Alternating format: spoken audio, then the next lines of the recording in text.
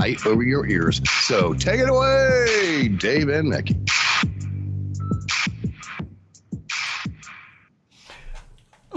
Wow, that was quick. Hey, welcome to David Mackey's Shiny Side Out on WCCR, coming to you from Australia for Revolution Radio.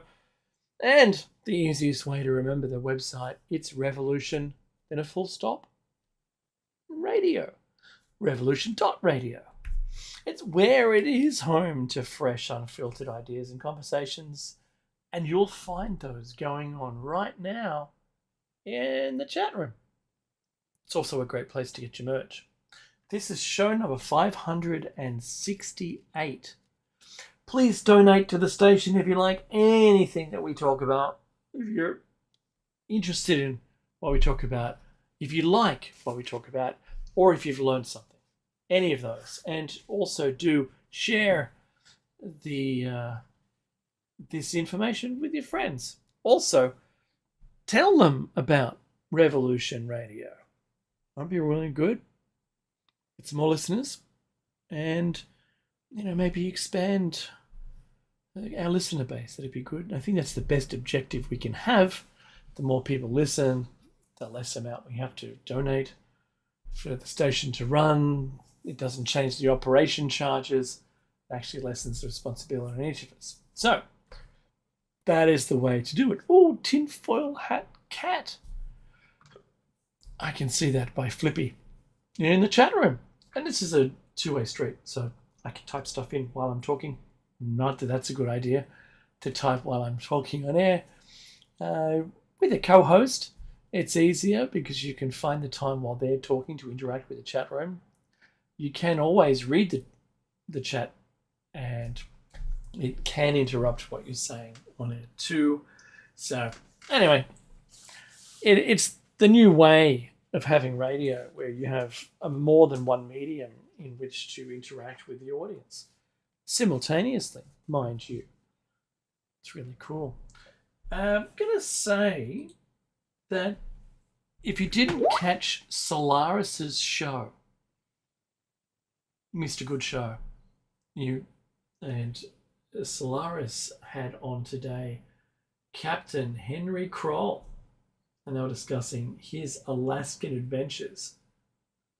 Fantastic stuff. Solaris always has great guests. She has great show history. She's on more than one radio station. And that's, fantastic. I'm glad she warmed up the audience. She was a great host. And love goes out to you, Solaris.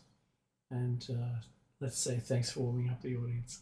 Anyway, if you don't know who we're talking about and you're only catching this on YouTube, then do like and subscribe and do comment because I reply to the comments.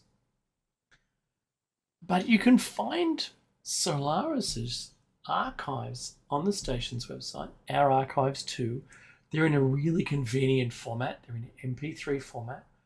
And they're usually there, same day or next day, depending on the hour of the day, because it's an automatic push up to the archive. And you might find, if you have a little browser around, you might find another host that you like. Also, you can binge. You can just download a whopping great chunk of shows. Most shows are an hour long or longer. So do pay attention to how big the files are. But it's audio only. It's pretty good. And who doesn't like to binge stuff these days?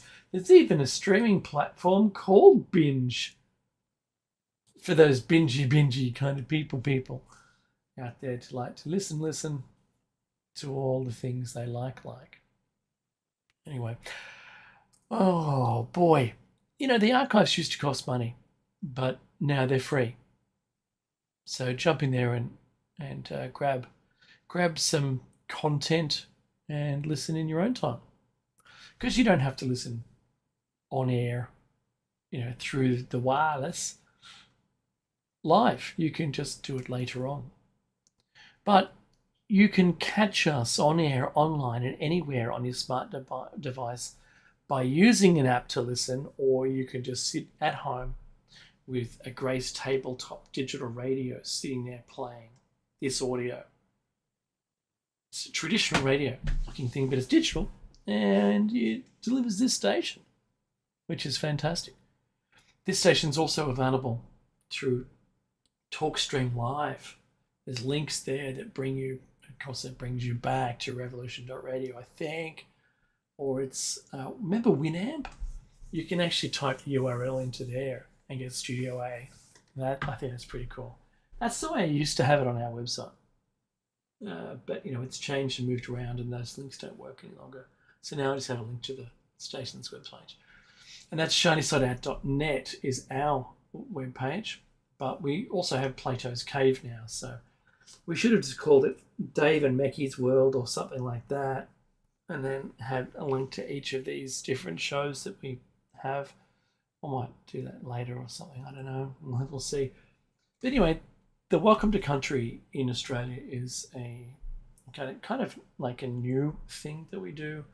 Not new to Shiny Set Out, and not new to, it's at least 20 years old that I remember doing it. Around about 2000 when we started recognising Aboriginals and their groups or mobs. You don't call them tribes, not so much, but the equivalent is mob. And we pay our respects to elders past, present, and future. I'm broadcasting out of Darkinjung country today. Now, I have reached out to Mecky again, and I've not got any response. I did it by text, by Skype message, and I called him, but it just rang to voicemail.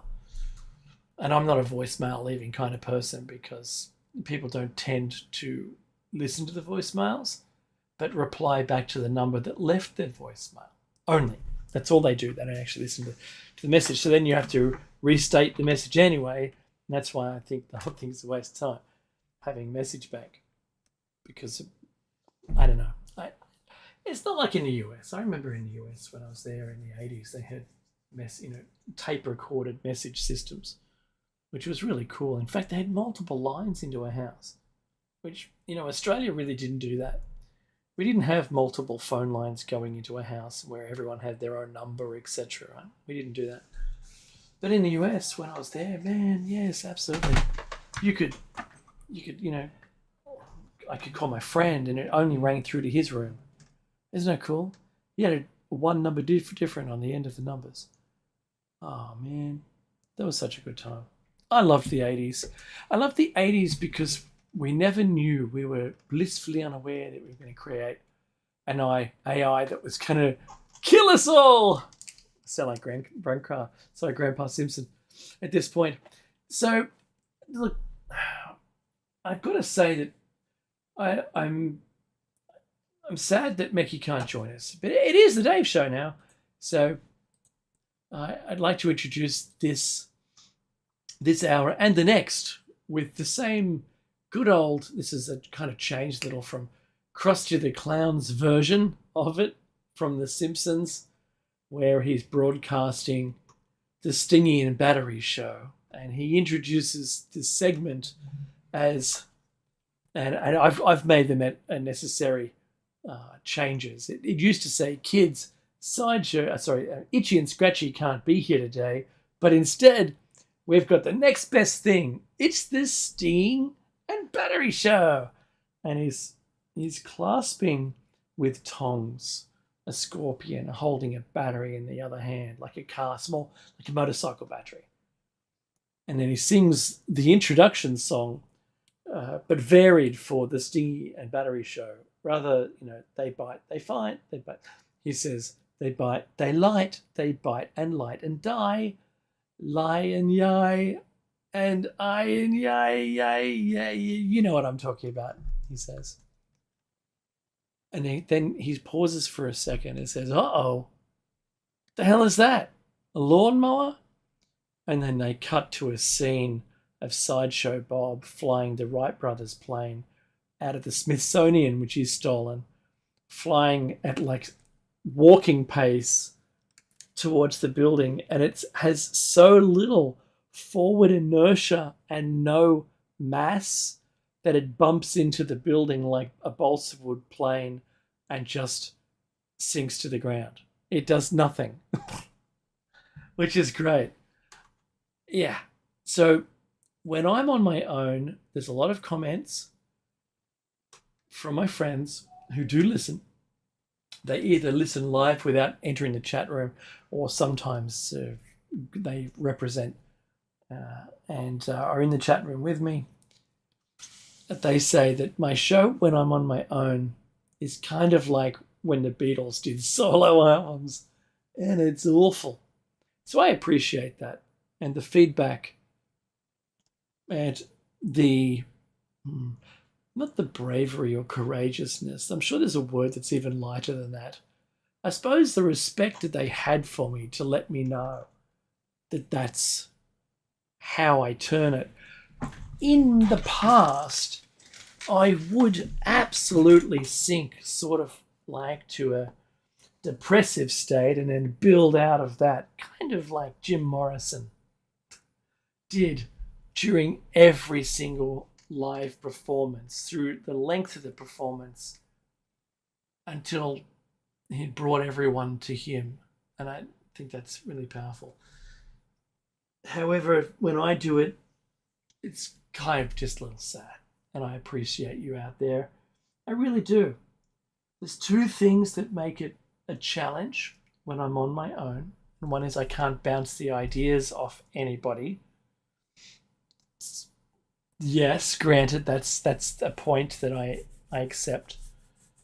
And while someone's talking, you can have thinking points around their talking points, and then you can add to it or tangent or do what you need to do. But when you're on your own, you tend to have a line of thought and stick to it as best you can. And as a storyteller, you're kind of meant to take the people who listen to you through the story. And that is something I am definitely working on. Normally, what I do, I attempt to have a bunch of talking points and go from one to the next. Sometimes they're ordered. Sometimes I fully write a script out, but not all the time. Yeah. So today, though, in the absence of Maggie, I'd like for us to do a round table in the second hour. That would be really nice. I'd like for people to join me. You're welcome to join me at any time, to be honest. And I can still talk through these talking points that I've got. And I'll let you know what they are in advance. So if you're interested, if it interests you at all, or you've got something to add to it, or you really would like to talk around the topic, then go ahead. So the first one I've got is, why didn't we die from the 2023 BU, which we only found out on Saturday that it was this asteroid going to fly by really, really close. And it flew beneath the geosynchronous asteroids and flew off into space again at a greater than 90-degree angle, something like 120-degree angle. So the only point of orbit correction change was around the Earth. So it slingshot back out. That's really interesting. But I'll just talk about the other headings. There's a new kind of diamond that's going to store tons of data. Jupiter's moon count went up to 92, if you didn't know. That's going to be on a trivia quiz, in the next week. So you might want to get up to date on that. The world braces. I won't say the whole headline. I won't give it away. This is just about the Chinese balloon, which I think is very interesting. And the new disruptive clothing. And when I mean disruptive clothing, I'm not talking about a brand. I'm talking about something that can fool the AI. It can't. The cameras have, detection mechanisms within them, but I'd like to go into more detail into each one of these as the show progresses. And if you're interested in calling in, I know the station has a call-in number, but I too have a call-in number. And I'm just going to remember what it is. It's been so long since I've read it out. Oh boy. Let me see if I can find the station's call-in number. If you can do that, or if I need you to be a friend of mine on Skype anyway, to be able to pull you into the conversation. Otherwise, my Skype has been set up to block or ignore. So do make contact with me. It's my full name with a full stop between. That's the username. And if you don't know who that is, sadly, I'm not going to tell you. You've got to look me up. You do a bit of research. It's not hard. Honestly, it's not. Yeah, do that, and I'll let you communicate with me. Otherwise, flick a message to me in the chat inside the station's chat room, and I'll fill you in that way. And let me just type it in. I'm typing it in and typing at the same time because they weren't a complex sentence. Luckily, that's my Skype address for everyone in the chat room. All right, look, I'm going to start anyway. I'm just checking once again that there isn't any communication from Mackie. Sadly, there isn't. No, don't touch that or that. Sun Energy 1 wins the Bathurst 12 hour. Oh, Angle got a penalty for his failed pass. There was the Bathurst race, which is a tremendous race, a tremendous track. It's in the world top racetracks. It's really complex to drive. And they just did a GT 12-hour race there. And the two Mercedes were in the front after 12 hours. And I think with 48 minutes left to go, one of their teammates in other races, but today they drove different vehicles. And he went for the dive in one of the nice, it's a nice passing zone, but he didn't get alongside enough for the race rules to say that the leader had to give way. And so the leader's apex was just standard apex and cut him off. But that caused the leader to spin, and he spun off the track. And you're not allowed to have a pass that does. You're not allowed to pass like that. That's just poor sportsmanship, and you end up with a penalty, and they'll associate the penalty to something that evens the play back out and puts the car who tried to pass back. You can redress if you like. So once the other car comes back on track, you can just let them by, and that's enough, and that's the equivalent of penalty served. But no, they didn't do that. So Spear, poor sportsmanship award goes to a really useless pass after 12 hours, or 11 hours, 11 and a half hours, whatever, 11 and a quarter hours to be accurate, and just to end up second again. It shouldn't have made that pass then. Person in front, I'm sorry, I'm a racing fan. So the person in front was braking the air, using more fuel, and the person behind was on newer tyres by about an hour. So if you had 45 minutes left to run, you would wait for a better opportunity, and they were going to come to pass. Your braking would be better in half an hour's time than it is now. And they foolishly went for the dive, which didn't ruin both of their races. It could have damaged their cars sufficiently so that neither of them won. It's kind of like a rookie move. You don't do that. You wait until you've learnt the driver in front and you've got an advantage. Either they've made a mistake or you've got enough speed to be able to make the pass. And don't think it's not like the movies, right? Where, oh yeah, as soon as you come out of the corner, you can just go faster than the person in front. No, you're second place for a reason. You're not in front of them for a reason. And it takes a really lot of effort. So that's why people don't just overtake people down the straight unless they've made a mistake. They've had a really slow exit out of the corner. That's That's where it is. You can't just suddenly, I'm going to shift down and go faster. No, that's Hollywood. That doesn't happen. Tom Cruise, it doesn't happen. There isn't a way of going any faster than the cars on a circuit track unless you can outbrake them into a corner or they've made a mistake. And when we're all exactly the same as the tight track, then there's very few passing opportunities. Or maybe a back marker, but still that's the same as making a mistake. Anyway, moving on from that, this meteor that flew by yesterday, 2023 BU, it came from the sun side again. So it's attracted to the sun, flies by the sun, and then it's an earth skimming. So we just happen to be in the wrong place at the wrong time, and it's come flying by. Like it could have just been a direct hit. Could have been. But that's the style of the things we haven't been looking for. We can't.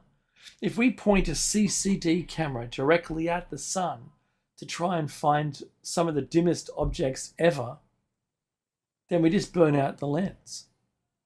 There's no two ways about it. So a lot of very cunning scientists need to be able to, the sun doesn't set while you're looking at it. If you've got a camera in geostationary orbit, the sun never sets, right? You're always pointing it that direction away from the Earth, past the Earth to the sun to try and look at something that's going to zoom past the sun at you.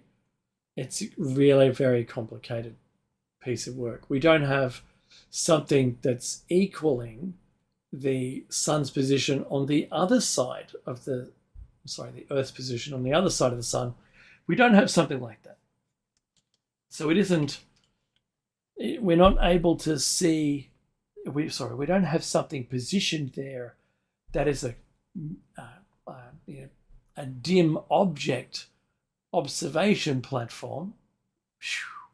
I got that out. In order for us to examine the near-Earth objects' trajectories that approach the sun. Does that make sense? I hope it makes sense. So all we get is, it's like being in a drive-by. Suddenly there's bullets firing at us, and we go, what on earth is that? Only to discover that the bullets have, if they were bullets and we were a car, they've just narrowly missed us.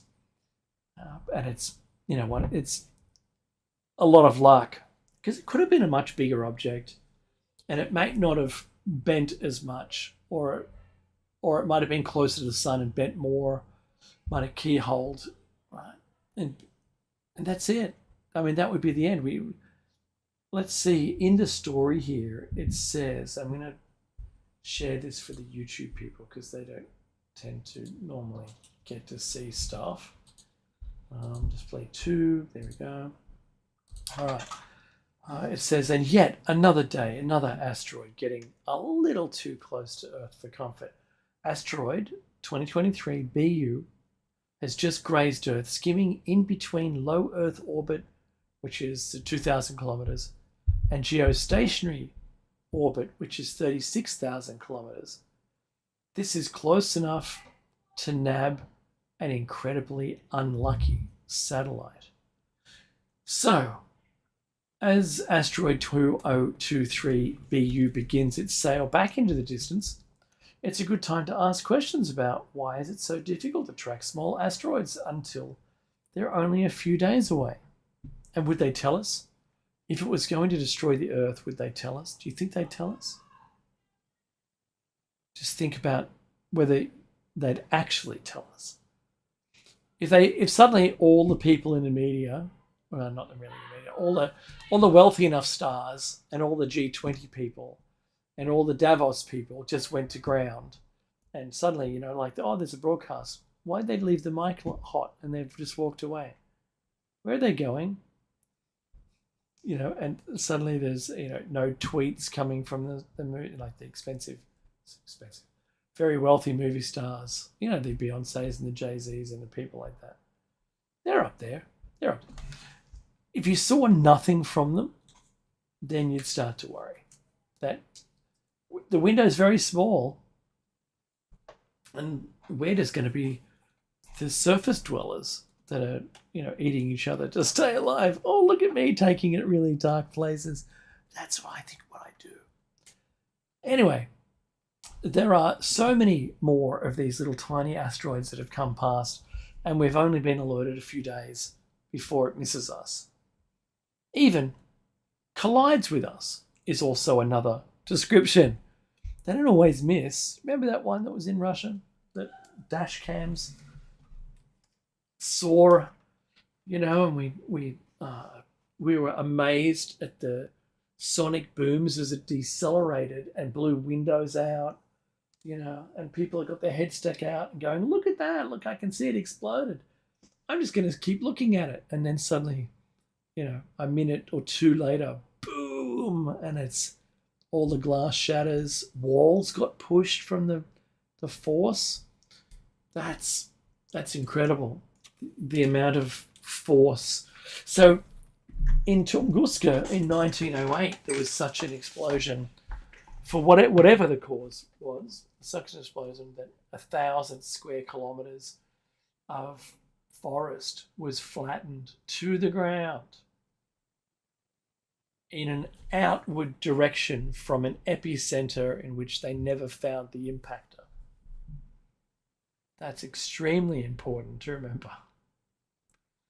So it blew up and was never found, although the signs of something exploding was certainly there, and seen in the sky was something there, heard for thousands of miles around, there was something there. Just as I suppose the Tonga volcano explosion, the largest in recorded history. The largest in a generation. There we go, then. That settles that. Seen by satellites, recorded by seismic instruments around the world. Weather satellites picked up this blast wave. Not only that, there was a tsunami, very mild one, caused by the blast wave over such a vast distance of the Pacific Ocean that it caused, I think, only about a half-meter tsunami, but it was still, tsunamis, or waves themselves are caused by wind. You can get a wave by a subsidence or a shaking, whether it's beneath the waves at the bottom of the ocean, or there's a transverse fault that shifts, or one of the sides go up or down beneath the waves. All of those things can cause a wave, but wind can do it too. So in the Great Lakes area, if you're familiar, there's no other influences. Wind is predominantly what's going to happen. It actually pushes a greater quantity of water from one side of the lake to the other when it does. And that's actually pretty cool to see that. Also the ice, I've seen that in the Great Lakes when the ice just surges out of the lake and busts all the windows and damages houses on that side of the lake. I've seen measurements of the lake's kind of like tidal height, right? Dip down on the side that the wind origin is from, and go and rise on the other end of that lateral movement of wind across the lake. So that happens on a small scale in a lake, and it certainly happens on a larger scale. In the ocean, the larger the ocean, the more the wind, the higher the wind, the more the waves. So, wow, yeah, it's just extraordinary stuff. And that's without tidal movements from, even though gravity is a really weak force, it certainly keeps when I say it keeps the moon in orbit, the moon is slowly going away from us, only centimeters per year, I think. That's the measurement, like an inch a decade or something, I forget. But it's still moving away from us, and at some point it should break free. But the amount of time it would take, or revolutions for it to take for it to break free, maybe it'll break to an orbit in which it is more stable, or it's becoming less stable as it flies away. The tides will reduce the further it gets away, which is also very interesting. You know, if you've got to consider these things that have been around certainly for generations of recorded history, even 80,000 years isn't very much, and that's about how long the Aboriginals have been said to have been living in Australia as a continuously inhabited continent. That's interesting. So the greater point that I'm making here to do with the meteor, though, is the greater this is the ultimate point, not whether they exist, because they exist. The meteors or asteroids, they fly around. There's millions of them. How many are going to be, not earth-shattering, but city killers or just local destructors? They'll hit in some local area and make a small crater or cause minor damage to a local region, even at just a suburb, not a city. There's a lot more of those than you would care to think about. Only the ones that are city killers and bigger, they start to reduce in number. And still there's a frightening amount of ELE causing rocks, but whether they're in path to collide with us within enough time, well, I shouldn't say that. All right, I'll restate myself that there's certainly enough big rocks to destroy all living things on Earth many, many times over millions of years. And I know that there's been a lot of big collisions in the past, but we have some big saviors in our solar system. Saturn and Jupiter, certainly Saturn has a bunch, but Jupiter is the one, being the largest thing in the solar system beside the sun. It has a huge clump of asteroids that precede it and follow it in its orbit. So there's meant to be this thing, right, that says a planet definition, one of the definition points to define a planet is that it's cleared its orbit. Now, there's some exceptions, and one of those certainly we've discovered. While the definitions, it's got to be spherical, so it's got to be large enough for it to be a sphere, and even Pluto's a sphere for that matter. And yet, that's called a dwarf planet. It's got to be spherical. It has to have cleared its orbit of debris, and it must orbit the central star for it to be considered a planet. And then, of course, you've got rogue planets that don't orbit anything. They got whipped off either once the accretion disk had been pretty much consumed, like the yolk of an egg of a creature that needs it for sustenance during its growth inside the egg before it breaks free. The accretion disk is there and builds mass in the planets, and the first to build the most mass gets the most of the accretion disk, and it can clear its, if it's an atom compared to an atom, it can clear its shell of the accretion disk, and then depending on its mass and interaction with the other planets in their orbits, can actually be affected It can be huge and affect others. It can be smaller and be affected. That can be impacted and taken out of a stable orbit into another orbit. It can be ellipsed, so that it can be suddenly flung further out, causing a non-perfect circular path.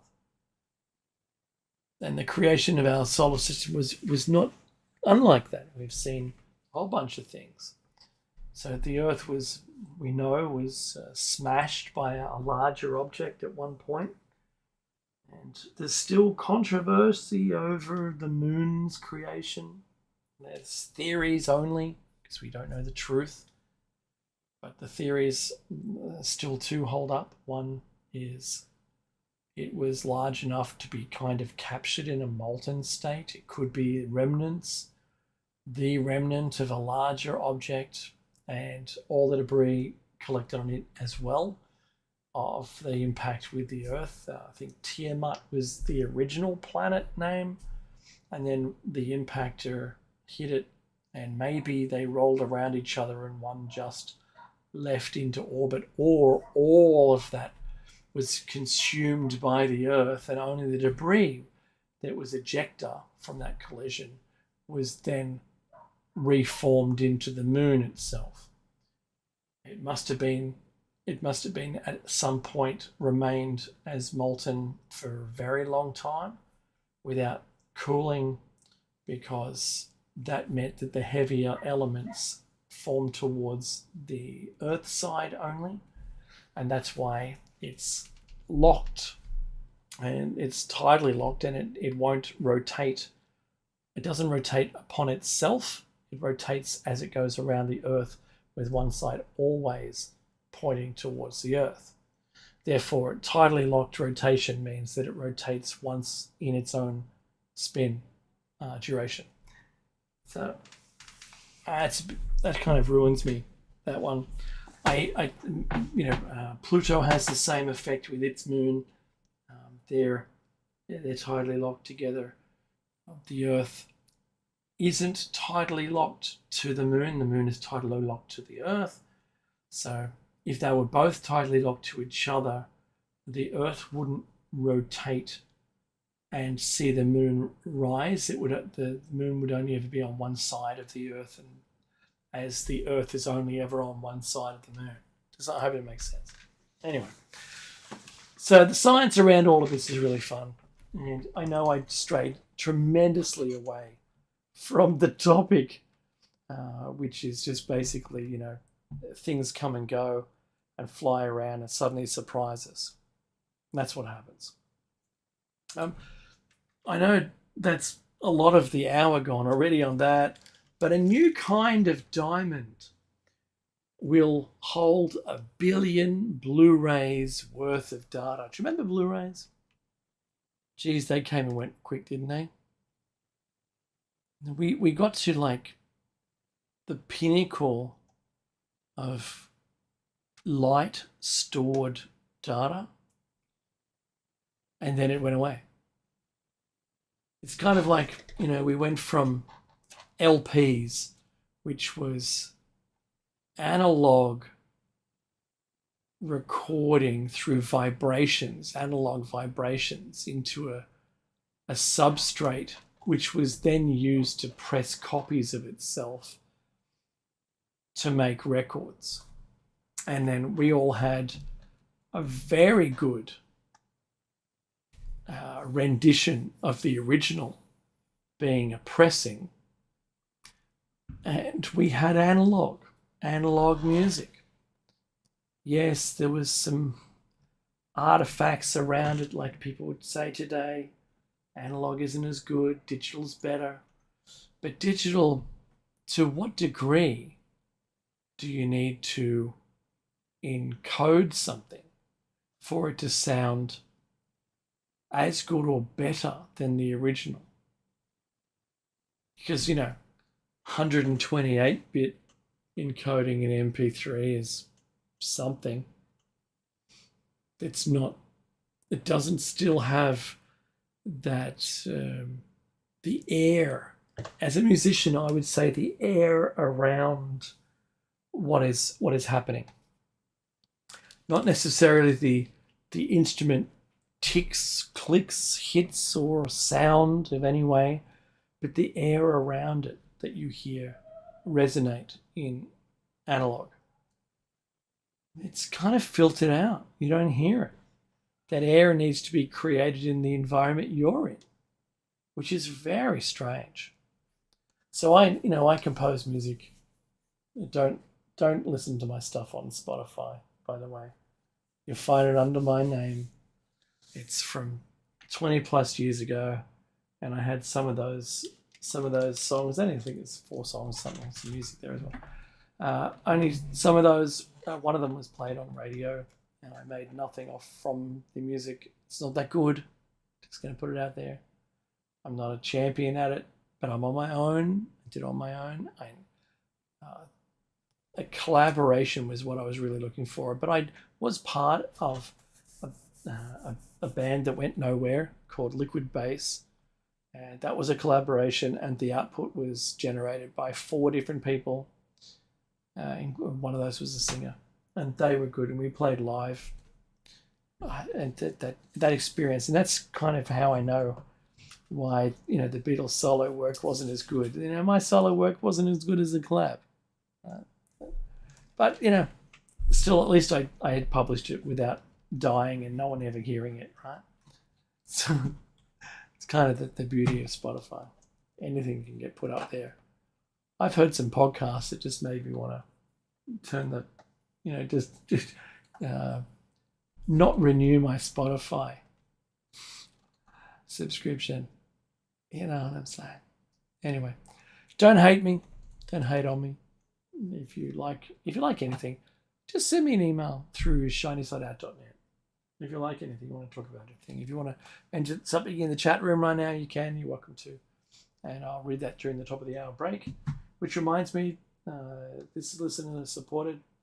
After the break, I'm still inviting a round table. If no one wants to call in, that's a bit sad. I prefer if you did. My main man isn't with me. Some of my friends, very few of them are online. And some that I know that are online don't want to go on air with me. I don't know why. At some point, I just wish that we could have the kind of conversation that we do when we talk in real life. But it is difficult. And I think that the hardest thing to do is to talk for a very long time without saying or ah. That is a real challenge. And in my head right now, the freedom that I have when I speak openly, say at a barbecue or holding a beer, talking to my friends, the freedom I have then isn't what I have now. And I have 2 different filters that pre-work the conversation before I say it. One, I have it's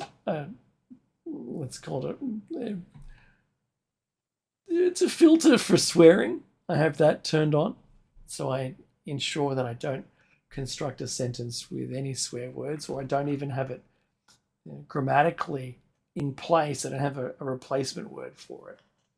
The other is the and ah filter. I really try very hard not to say or ah, except unless I'm expressing it like I just did. Anyway, let's move on. So this new kind of diamond, it's like a manufactured diamond, is meant to, in theory, hold 1 billion Blu-rays worth of data. It says here in the story, it could help overcome a major hurdle in quantum computers, quantum memory. Yeah. So when they have a quantum computer that is turned on and left on, I'll start concentrating on that, because until then, it's just a bunch of theory with some lasers and something that gets really hot or doesn't get hot. And it's kind of a waste of time talking about it. I appreciate they're doing it and what it can mean once it's made. But I think the intermittent version of the news where they release it ran for 6 seconds this time. Good for you. or a tenth of a second, I think, in the first one. Yeah, it's up. I think it's up to 6 seconds now, and it did nothing. Yeah, it was on. Hey, yeah, I'm sure I can make a robot do the same thing and be completely useless, made of cardboard. And after the 6 seconds, the person inside the robot starts making aggravated noises because they can't breathe. That's kind of the same futility that there is in quantum computing at the moment. You can talk about it, but I've got to warn you, don't expect to see it today. Unless we have AI create it for us, that's probably good. I should type that into ChatGPT and see what happens. Because it kind of annoys me. It's kind of like a bugbear that from time to time it comes up. I've even had a client say, "What can we do with quantum computing?" I said, "Nothing till it's made." And they go, "But doesn't it exist?" "No, not yet." "Well, when's it going to exist?" "I'm not making it. I'd love to be able to help you with it, and I'm sure it's going to be wonderful." But you realize the moment that a quantum computer is exercising workloads, which is what any piece of work that you get it to do is, for those who don't know, you could crack all the encryption on everything that's encrypted on the planet instantaneously, or for as far as we're concerned, it would be instantaneous. Crack all that. You could solve all the other problems. That's what they tell us.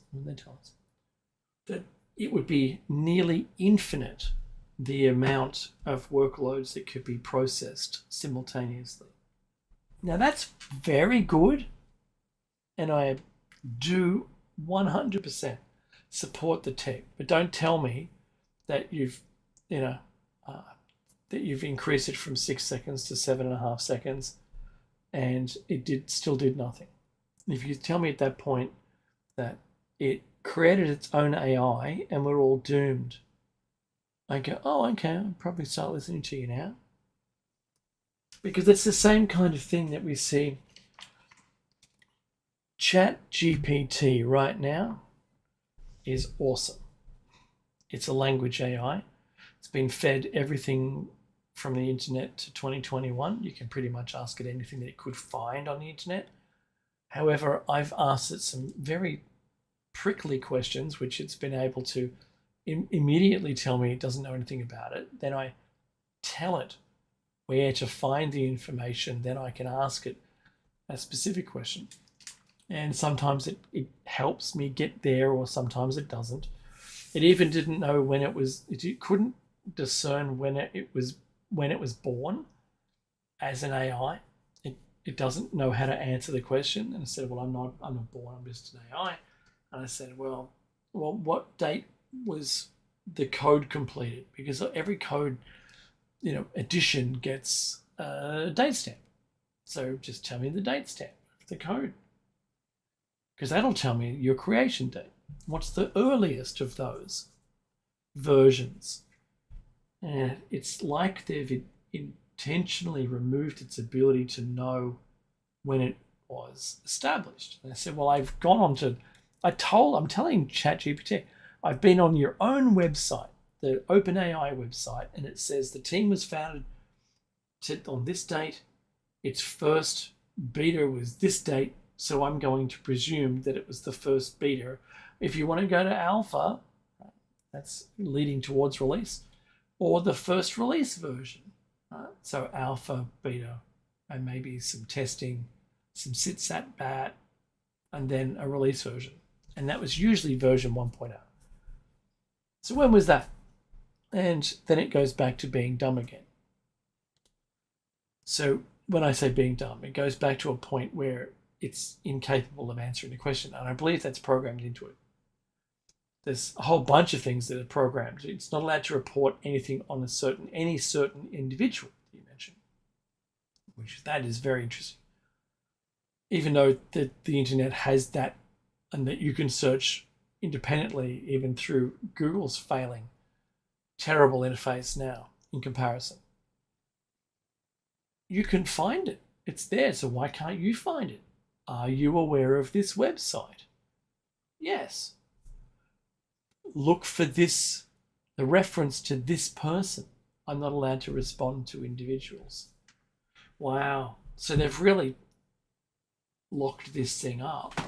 Imagine, for me, this is extraordinary. Imagine if you could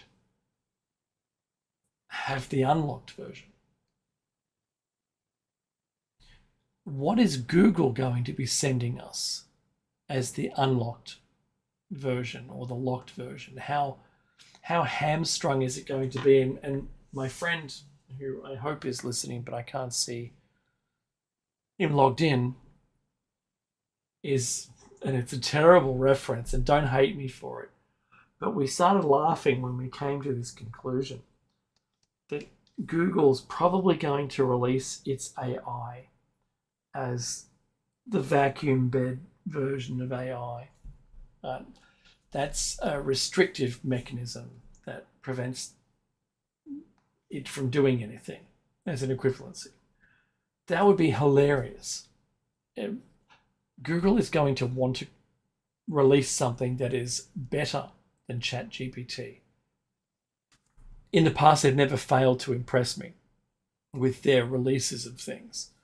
When they had the driving car, totally success.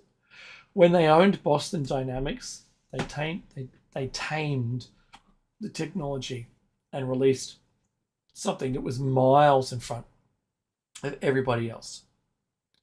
It wasn't the money per se that did it, I believe.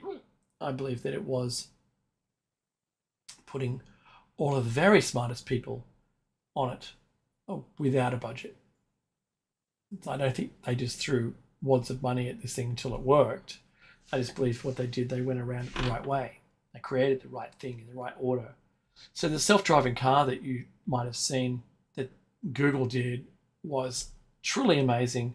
It could just not navigate a course, but it could drive the car to the very limit of the grip of the tires, which it learned, like a racing car driver. You could have self-driving car races where the AI itself is doing the driving. It's not being sent information. It is just doing the driving. That I would pay to see. Get the drivers out of there. Make the cars ridiculously fast. Let's see what it does. Because that to me would be really, really funny. But, that's not today. Anyway, so the future of quantum memory is taking shape in Japan, where researchers have grown diamond wafers that could store the equivalent of to 1 billion Blu-ray discs. Well, I look forward to having that little memory stick in my pocket where I plug it in and I've got the entire internet on it. That'd be great. That would surely be... I could have the whole of YouTube on it. Wouldn't that be awesome? Let's do that. And there's music. And this is the end of the first hour of David Mackey's Shiny Side Out. And after the break, we'll be coming back again, and hopefully there's a round table. Otherwise, it's just me talking about another 3 topics, which hopefully you'll enjoy. So in the meantime, take a break, join the website, archives, grab what you want, make a donation, and we'll see you after the break.